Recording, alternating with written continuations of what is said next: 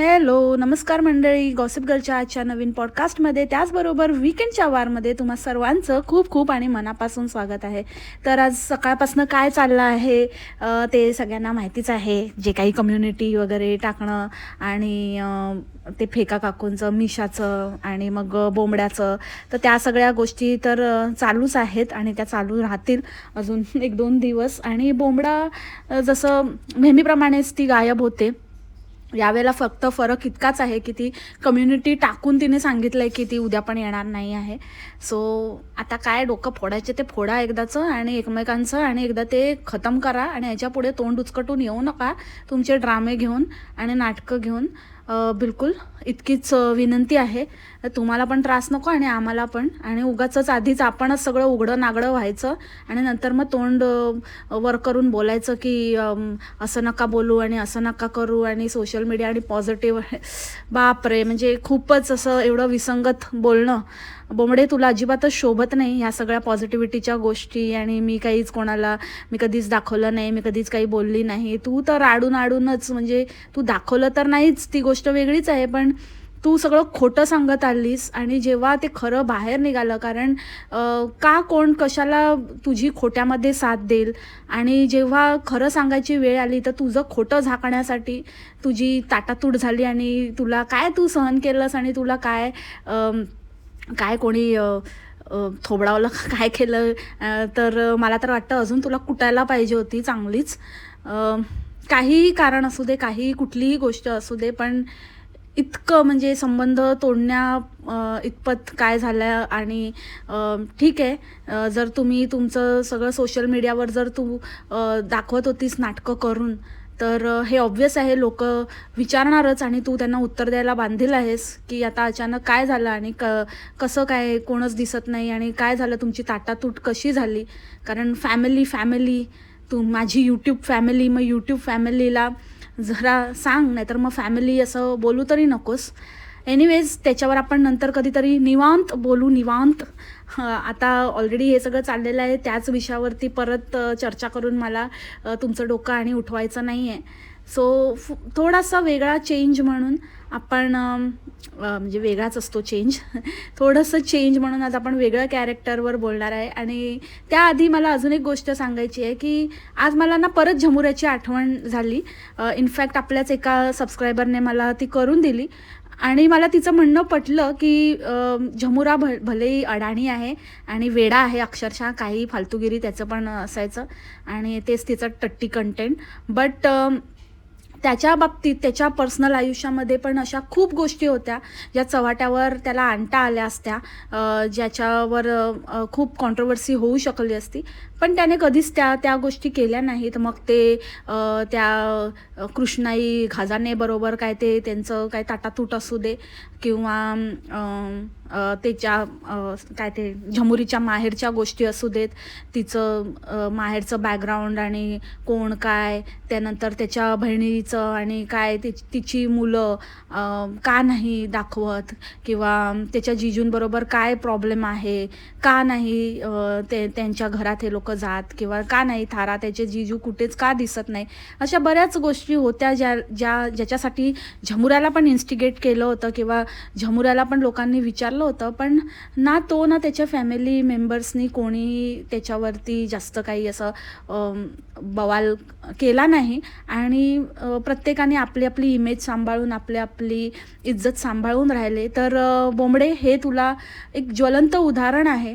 जे तू म्हणतेस ना प्रायव्हसी आणि पॉझिटिव्ह च्या गोष्टी करते, पॉझिटिव्हिटीच्या, तर हे एक एक्झाम्पल तुझ्यासाठी की कोणी असं पोक करून किंवा कोणी किती इन्स्टिगेट केलं ना तरीही काय सांगायचं, काय नाही सांगायचं, किती दाखवायचं, काय दाखवायचं, कितपत बोलायचं, कितपत सांगायचं, कितपत लोकांना इन्व्हॉल्व करायचं, या गोष्टी आपल्या हातात असतात. त्यामुळे तू ऑडियन्सला ह्याचा दोष देऊच शकत नाही की आता विचारू नका, ते काही म्हणणार नाही आहेत तुझ्या तालावर नाचायला. तो तर मी म्हणेन षंढ आहे. आणि सगळे बाकीचे जे आहेत लोक, त्यांना बुद्धी आहे, त्यांना बॅलन्स करणं माहिती आहे. असं ते एकासाठी दुसऱ्याला आणि दुसऱ्यासाठी पहिल्याला असं काही, किंवा म्हणजे आपले संबंध जे आपले हितसंबंध आहेत ते तोडून टाकत नाहीत. तर हा माणसातला फरक असतो. कदाचित तुमच्याकडे हीच पद्धत आहे आणि हीच तुमची लेवल आहे. तुम्ही दुसऱ्यांना काय इन्फ्लुएन्स करणार, तुमचं घरचं आधी सांभाळा. इतकंच मी तुला सांगेन. आणि पाहिजे तर 2 दिवस नाही, चांगलाच ब्रेक घे आणि जे घाण पसरवले ना तुम्ही, ती आधी साफ कर आणि नंतर निवांत ये. ठीक आहे, काही हरकत नाही. असो, नाही म्हणता 5 मिनटं तरी बोंबलीवर घालवली मी. आता आपण मेन पॉडकास्टला सुरू करूया. आता आजच्या पॉडकास्टचं कॅरेक्टर असणार आहे चड्डी. बऱ्याच दिवसांनी मी चड्डीवर, पण हे फक्त आणि फक्त वाटपौर्णिमा स्पेशल आजचं पॉडकास्ट असणार आहे. तर चड्डी पण एक वाटपौर्णिमा स्पेशल कॅरेक्टर होती आणि ती माझ्या म्हणजे लिस्टमध्ये मी तिला काढून ठेवलं होतं की हिच्यावर पण वाटपौर्णिमाचं स्पेशल पॉडकास्ट मी करणार आहे.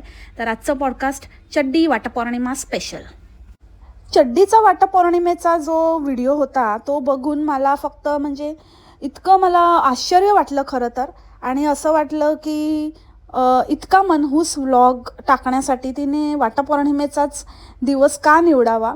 आणि किती विचित्र, म्हणजे कधी काय बोलावं, कधी हिने कुठला मुहूर्त साधला आणि लोकांचं काही डिवॉर्स आणि लोकांची ताटातूट आणि त्यांचे कसे संबंध आणि ते कसे बाहेर खाली आहेत आणि हे ते वगैरे ह्याच्यावरती हिने भाष्य केलं.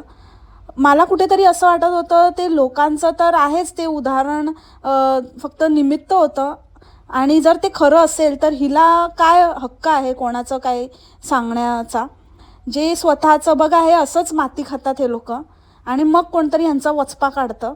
कारण कोणी सांगितलं हिला, भलेही तू नाव नाही घेतलंस, भलेही तू नाही सांगितलं कोणती मोठी यूट्यूबर आहे तिचं मी नाव घेऊ नाही शकत असं तसं आणि इथे पुण्यातच राहते, आता कितीतरी आहेत त्याच्यामध्ये. म्हणजे लोक प्रत्येकावर शक करणार, नको तर डोक्यात त्यांच्या फिरणार की ही असेल का, ती असेल का, नाही ही असेल, मग ती असं बोलली, ती तसं बोलली, मग तुझा शब्द हे करणार आणि विचार करणार. कशाला ना, दुसऱ्यांच्या लाईफबद्दल तू कशाला बोलतेस. आणि जर तुला कोणीतरी काहीतरी सांगितलं आहे विश्वासाने, तू म्हणतेस की तू कोणाला तरी फोन केला विचारायला आणि त्या व्यक्तीने तुला सांगितलं की मी नाही करत आहे, तर जसं तू म्हणतेस की फक्त चारित्र्याचं नसतं, बाकी बऱ्याच गोष्टी असतील, तर तसं तिच्याही काही वेगळ्या गोष्टी असू शकतात. तिच्याकडे वेळ नसेल किंवा तिला नसेल करावंसं वाटत, तिला दुसरं काही इम्पॉर्टंट किंवा दुसऱ्या काही तिला विश्वास नसेल त्या गोष्टीवर. तिला असं वाटत असेल की हा जन्मातच मला काही जे आहे ते सगळं मला जितकं बेस्ट देता येईल तितकं मी देईन, पुढच्या जन्माचं कोणी पाहिलं. कितीतरी कारणं असू शकतात, पण तू स्वतःचीच काहीतरी स्टोरी कुकअप केलीस आणि स्वतःच स्टोरी बनवून काहीतरी सांगते. काही ये तो नाही की ये तुम्हारी खुद की स्टोरी आहे, तू दुसऱ्यांचं म्हणून रंगवून सांगतेस. हां, कारण हल्लीच तुझ्या इन्स्टावर पण मी स्टोरी बघितलेली, कुठल्या तरी एका सिरीजचा तू सीन टाकला होता ज्याच्यामध्ये एक बायको नवऱ्याला रंगे हात पकडते आणि मग ती कशी हतबल होते आणि मग ती कशी स्ट्रॉंगली ती गोष्ट एक्सेप्ट करते. असा काहीतरी तो एक सीन तू कुठल्या तरी वेब सिरीजचा टाकला होता आणि त्याच्यामध्ये तू लिहिलंही होतं की म्हणजे तू रिलेट करते या गोष्टीला. तर कदाचित तुझ्या आयुष्यात असं काहीतरी उलाढाल झालेली आहे आणि त्या काही गोष्टी माझ्यापर्यंत आलेल्याही आहेत. बट ठीक आहे.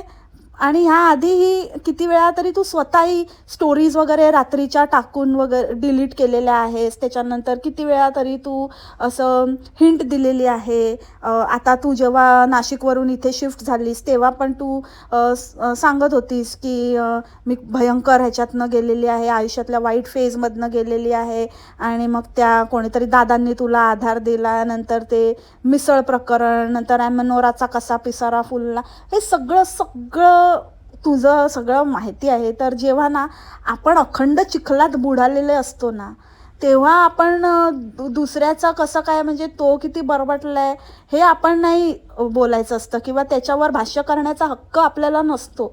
आपण आपला चिखल साफ करण्याकडे कॉन्सन्ट्रेट करावं, नाही का चड्डी. ते त्यांचं काहीही करू देत, त्यांना काय करायचं आहे, 7 जन्मांसाठी मागायचं आहे, नाही मागायचं आहे, त्यांना पुरे झालं आहे किंवा त्याचं काही त्यांची कारणं असू दे, त्यांच्या त्या भावभावना आहेत त्या जबरदस्ती करतायत, ते त्या रिलेशनशिपमध्ये मुलांसाठी आहेत किंवा कुठल्या तरी कॉम्प्रोमाइज करून राहत आहेत किंवा काहीतरी त्यांचाही प्रॉब्लेम आहे म्हणून राहत आहेत.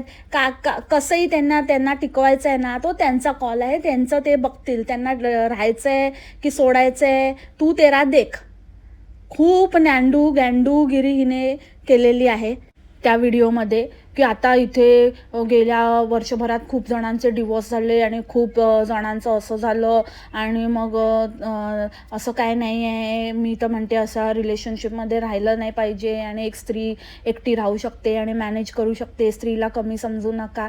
अरे प्रत्येकाची परिस्थिती वेगळी असते, सगळ्यांना उगाच चढवू नको. हे असे लोक कसे असतात माहिती आहे, ह्या लोकांच्या ना स्वतःच्या आयुष्यात इतकी घाण, इतकी भसाड झालेली असते ना, इतकं घाण म्हणजे इतकं हिचं सगळीकडे झालेलं आहे, हिचं झालेलं आहे, त्याचं झालेलं आहे, सगळ्यांचं स्वतःची फाटाफूट तुटातूट आणि कुठेच काही राहिलेलं नाही आहे.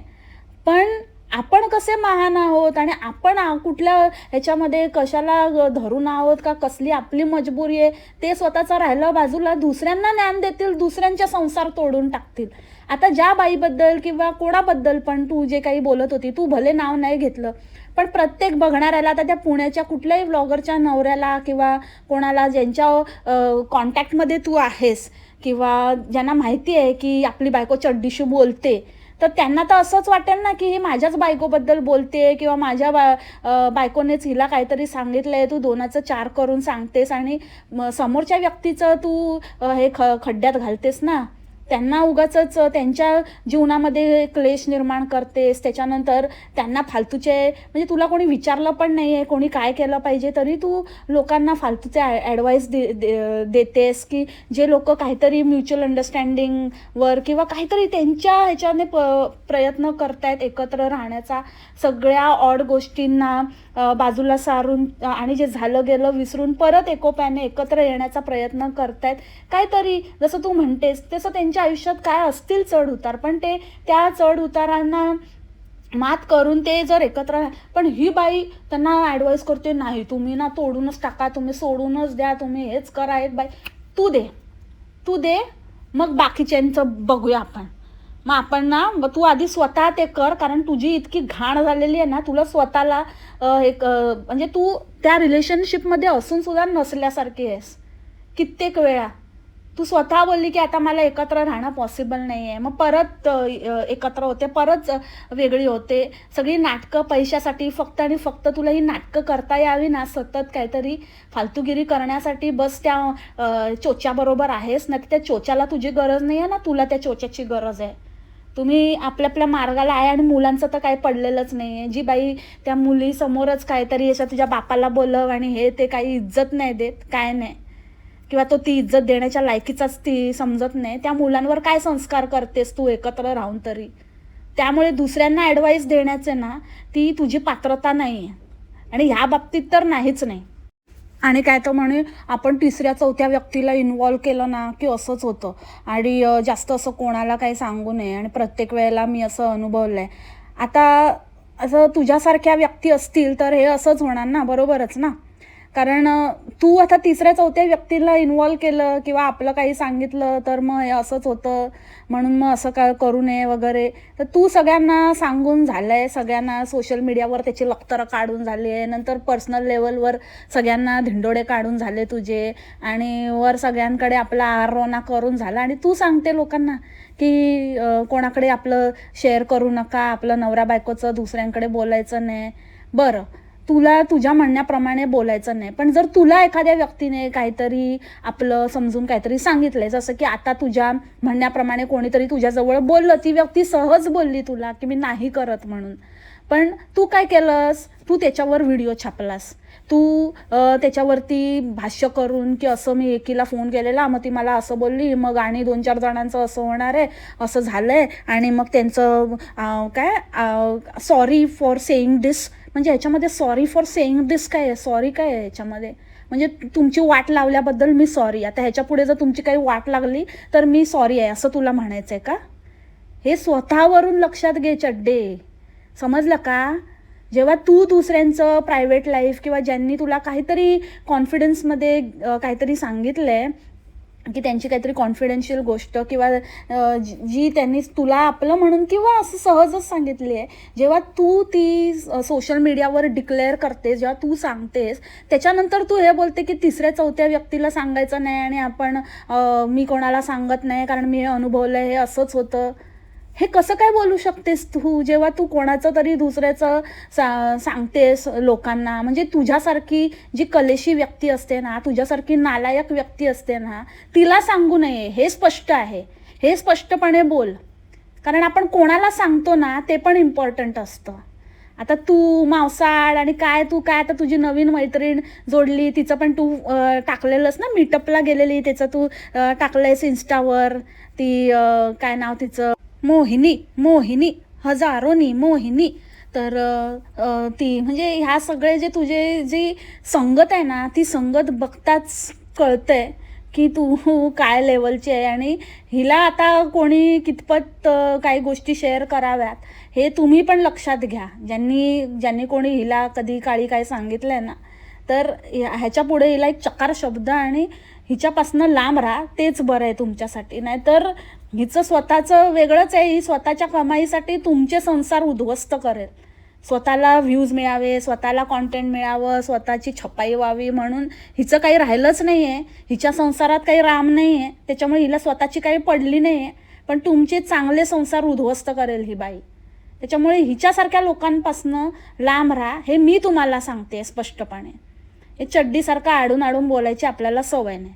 आणि वरचं आणि खालचं मंगळसूत्र काय असतं, काय ती भाषा.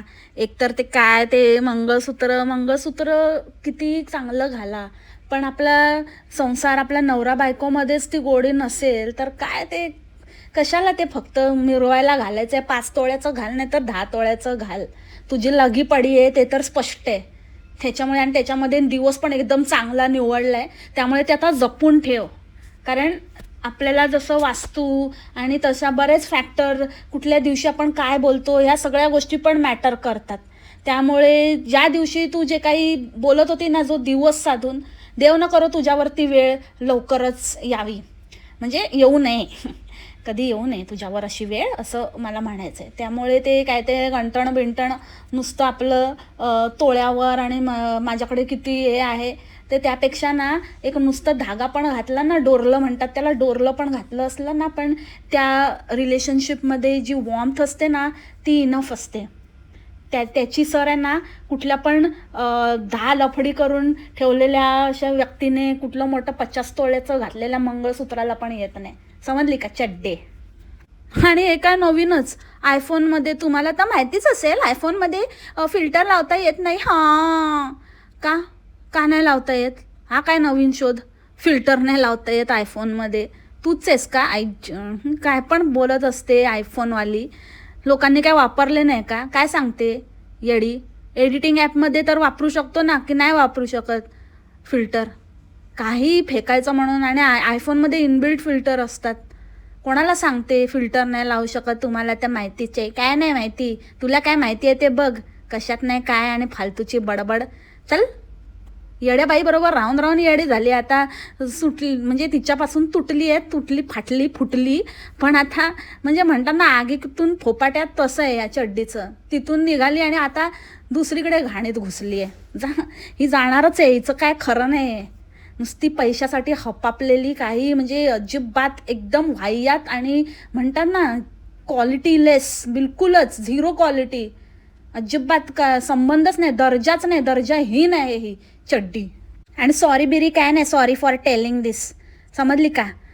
तू लोकांचं नको सांगू कोणाचं काय अफेअर आहे आणि कोणाचं काय, आणि नवऱ्याचं आहे आणि बायकोचं आहे. तू तुझं बघ, तुझा नवरा बघ कुठे काय बाई या मनोराचा पिसारा फुलवतोय तो लाकूड तोड्या.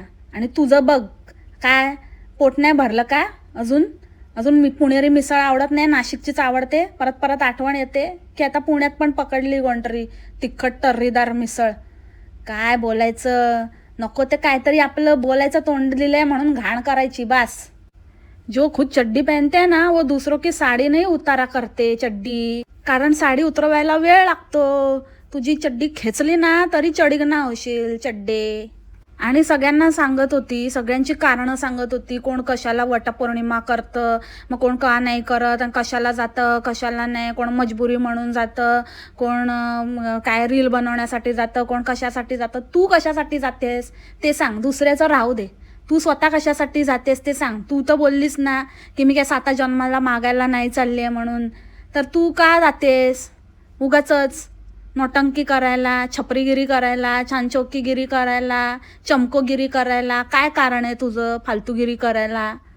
पूर्ण व्हिडिओमध्ये हिने दुसऱ्याचंच काहीतरी उखाडलंय, दुसऱ्याचंच काहीतरी सगळं काही उगाचच बडबड करत बसली आहे. त्यांचं काय सिक्रेट्स वगैरे ते काहीतरी सांगत बसली आहे, ज्याला काही हेच नाही, सरपेरच नाही आहे. उगाचच काही तोंडाला येईल ते बडबडायचं, आपलं काही कोणाबद्दल काही सांगायचं, उगाचच स्वतःचं झाकायला दुसऱ्याला उघडं पाडायचे प्रकार आहेत. हिचं तर सगळंच उघडं झालं आहे. आणि अजून जर सांगितलं ना इन डिटेल तर मग कळेल किती मोठी सती सावित्री येते. आणि नंतर मग सगळं बोलून सगळं घाण करून नंतर मग पती मेरा परमेश्वर आणि पाया काय पाडायचे आणि मी खूप नशीबवान आहे वगैरे. अगं स्वतःच्या मनाला विचार.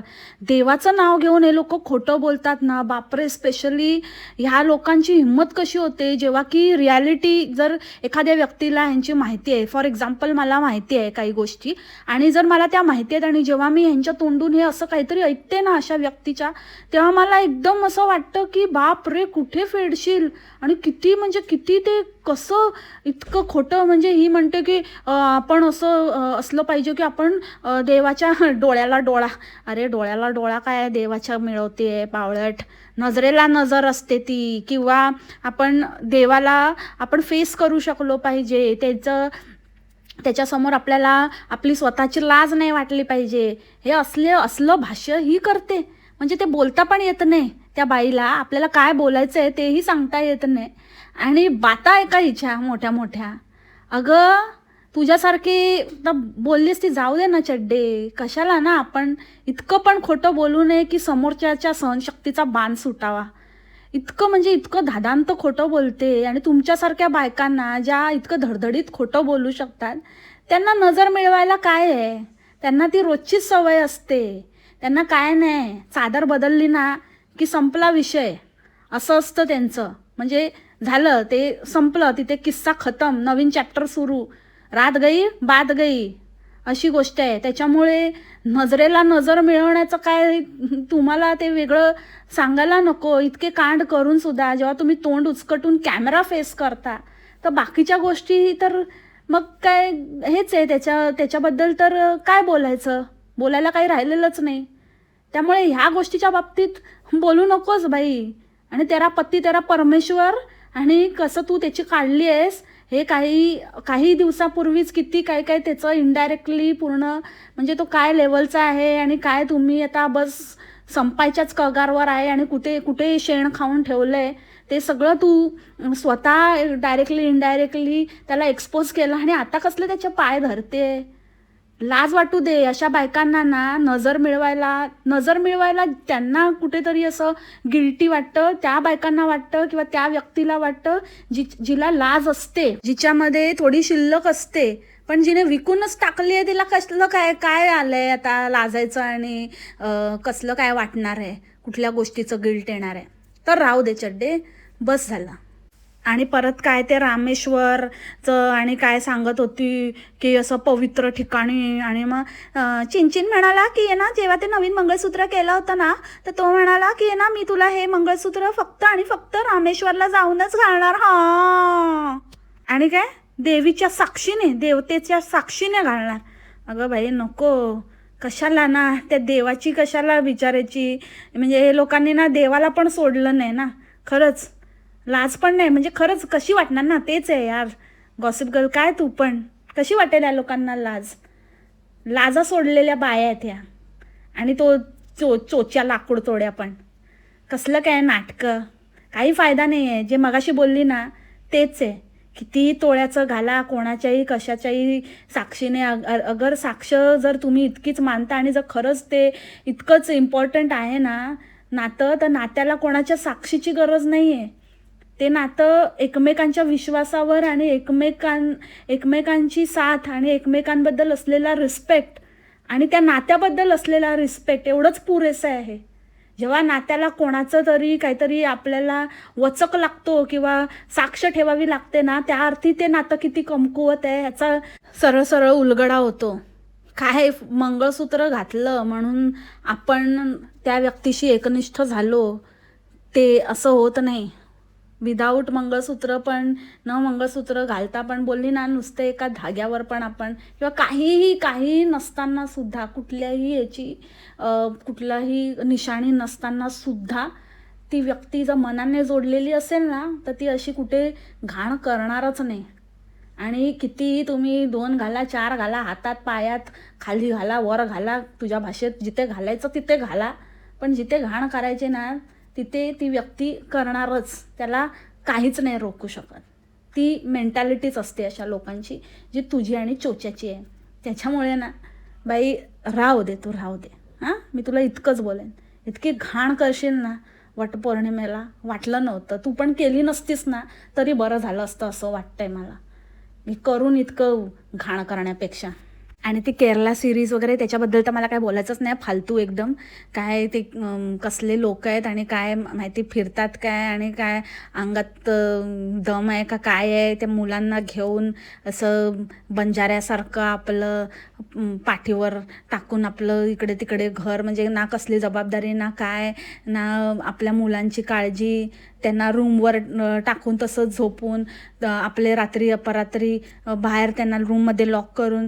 तो मुलगा तर तसाच लहान आहे, ती मुलगी पण काय तिच्यावर जबाबदारी टाकते, पण ती पण काय तशी काय एवढी मोठी नाही आहे. कसल्या प्रकारचे आई वडील आहेत आणि काय, ह्यांचं स्वतःचं फिल्मीगिरी आणि फालतूगिरीच करण्यातच जन्म गेला. आणि एवढं करून सुद्धा ते करतात शेवटी माती, ते वेगळंच. सो ह्यांच्याबद्दल बोलावं तितकं कमी आहे, आणि न बोलावं तेच बरं आहे. हे असं काहीतरी विचित्र प्रकरण आहे. हां, तर आजचं पॉडकास्ट चड्डीच्या बाबतीतलं इथेच थांबवते. आय होप तुम्हाला हे काहीतरी मिक्स पॉडकास्ट, थोडं बोंबाड, थोडं जमुरा, थोडं चड्डी, असं जे आहे ते आवडलं असेल. भेटू आपण उद्याच्या पॉडकास्टमध्ये नवीन विषयासोबत. तोपर्यंत खा प्या मस्त राहा आणि स्वस्थ राहा. Take care. बाय. मासलामा.